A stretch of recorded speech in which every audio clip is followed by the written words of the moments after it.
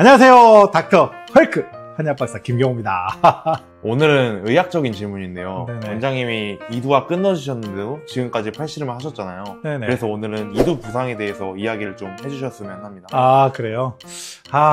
저도 사실은 한 거의 10여 년 전쯤에 팔씨름하다가 이제 이두 손상이 있었고, 요즘에도 보면 지승이도 살짝 홍지승 선수도 있었고, 홍철승 선수도 약간 이두 부상이 있었고, 그 다음에 박세윤 선수도 약간 이두 부상이 있었거든요. 이두 부상이 참 많은 것 같아요. 이게 정확하게 의학적 병명은 주로 상완 이두근이라는 근육이 두 가지가 있잖아요. 그러니까 앞쪽에가 있는 게 단두고요, 약간 뒤쪽에 있는 게 장두예요. 이 의학적인 병명은 뭐 상완 이두근의 장두의 파열 이렇게 표현하죠.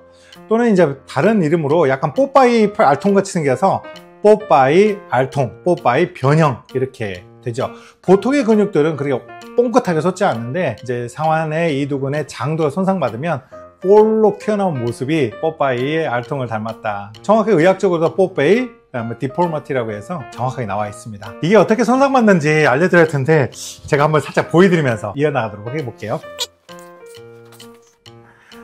이두의 장두 부분은 여기가 이제 원래는 이 앞쪽에 단두가 있고요, 이 바깥쪽으로 장두가 있어요.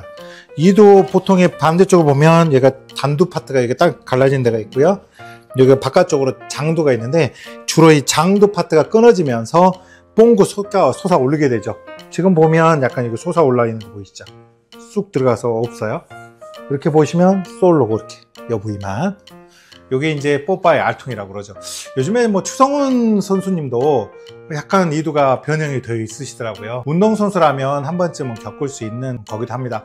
이 역도 선수들도 가끔 오기도 하는데요, 팔씨름 선수들이 이 장두가 잘 다쳐요. 왜 그런지 한번 이야기 나눠보도록 할게요. 팔씨름 선수가 유독 부상이 많은데 왜 팔씨름 선수가 잘 다치나요? 그 팔씨름 선수가 특히 이제 이두의 장두가 다치는 이유를 곰곰이 생각해 보면, 제가 방금 전에도 말했듯이 홍철승, 홍지승, 그 다음에 박세윤, 저 대부분 다 후커들이거든요. 훅 동작을 할 때 감게 돼요. 이두를 쓰게 되죠. 감아서 안쪽으로 가는, 끌어당기는 동작을 하게 되는데, 주로 많이 다치는 동작이 어떤 동작이냐면, 훅이 그대로 들어갔을 때는 잘 안 다쳐요. 그런데 후커들이 탑롤 방향으로 이렇게 따였을 때, 즉 뭐냐면 강하게 수축 동작을 해놨는데 바깥쪽으로 쭉 당기면서 이렇게 벌어지게 되면 장두가 갑자기 수축을 했다가 수축의 반대 방향으로 늘어나게 돼요. 이런 동작이. 그러다 보면 어느 순간에 장력이 너무 심하게 가해지다 보면 바깥쪽에 장두가 버티다가 툭 끊어지게 되거든요. 이 장두는 여기 쭉 안쪽으로 보면 관절 와순으로 연결되어 있거든요. 여기 결절이 있고요, 여기 안으로 쑥 들어가서 관절 와순에 들어있고, 단두는 안쪽으로 보면 오해돌기라고 해서 여기 보면 볼록 튀어나온 뼈가 있어요. 이 오해돌기 쪽에 붙어있기 때문에 이쪽으로 해서 이렇게 한다고 해서 잘 늘어나지 안 다쳐요. 근데 여기에 붙어있는 것들은 이렇게다가 쭉 펴지는 동작이 이루어지잖아요. 그럼 갑자기 수축에다 툭 잡아당겨서 툭 끊어지는 현상이 돼요. 역도선들도 잡은 상태에서 쭉 당기다가 갑자기 힘을 주다 보면서 뚝 내려앉기도 하거든요. 근데 이제 이 손상은 이렇게 장두가 끊어지면서 주로 힘줄이, 근육 자체가 손상받는 경우도 있지만 주로는 힘줄 자체가 근육의 말단으로 이어지는 이 힘줄 자체가 손상을 입으면서 오게 됩니다. 그러면 혹시 치료는 어떻게 하는지 알 수 있을까요? 뭐 다른 운동도 마찬가지지만 팔씨름 하다가 이두가 손상을 받게 되면 순간 당황스럽죠. 저 같은 경우도 뭐 우두둑 하면서 상당히 좀 많이 손상을 입은 편이었는데, 지금은 많이 깔아앉아 있어요. 상당 기간 동안 고생을 하게 되는데, 일단은 이제 손상 정도에 따라 좀 다를 수 있어요. 이제 부분 파열이 됐냐 완전 파열이 됐냐에 따라 다를 수 있죠. 보통 그레이드 1에서 그레이드 3까지 나눠서 생각해 볼 수가 있는데, 선택은 되게 다양한 것 같아요. 보존적인 치료 없이 자연 치료하는 방법, 어느 정도 붙어 있다면, 완벽하게 떨어져 나가면 아예 주저앉아 있겠죠.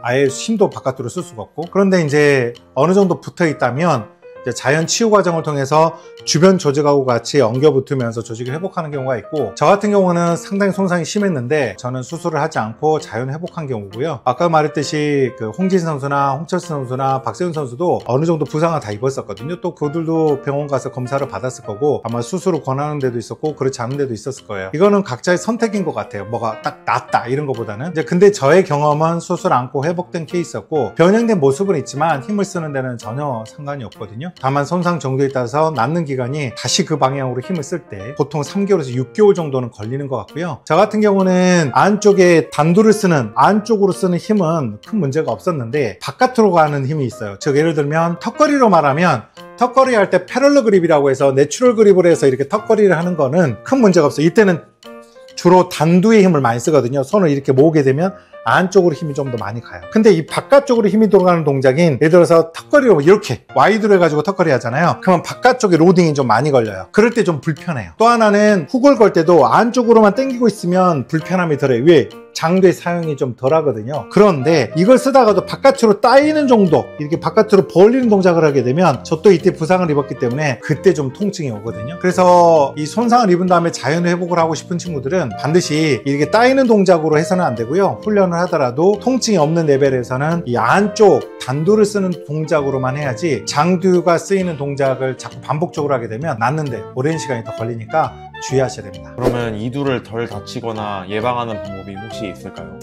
부상을 입을 때 대부분 보면 예전에도 한번 영상에서 말씀드렸는데 인대나 힘줄의 부상은 대부분 과로하거나 피곤했을 때 그래요. 저 같은 경우도 되게 다이어트를 극심하게 했을 때 그렇게 부상을 입었었고요. 또 강력하게 어떤 특정 자세를 오랫동안 그러니까 잠깐 했었다고 이렇게 손상을 받지는 않고 굉장히 무거운 동작을 내가 몸이 피곤했을 때 잠 못 자거나 컨디션 안 좋거나 피곤하거나 뭐 이런 상태에서 무게를 업그레이드 하거나 강력한 힘을 쓰다 보면 다칠 수 있어요. 왜 그러냐면 근육이나 근막들은 피곤하게 되면 탄력성이 떨어져 있어요.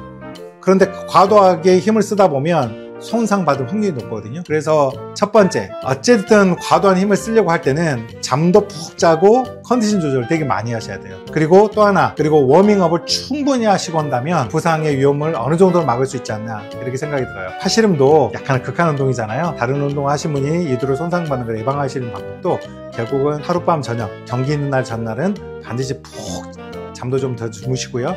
과로하지 마시고 그 다음에 경기 전에는 워밍업을 충분히 하신 다음에 경기에 임하신다면 이두근의 손상은 아마 막을 수 있지 않을까 싶습니다.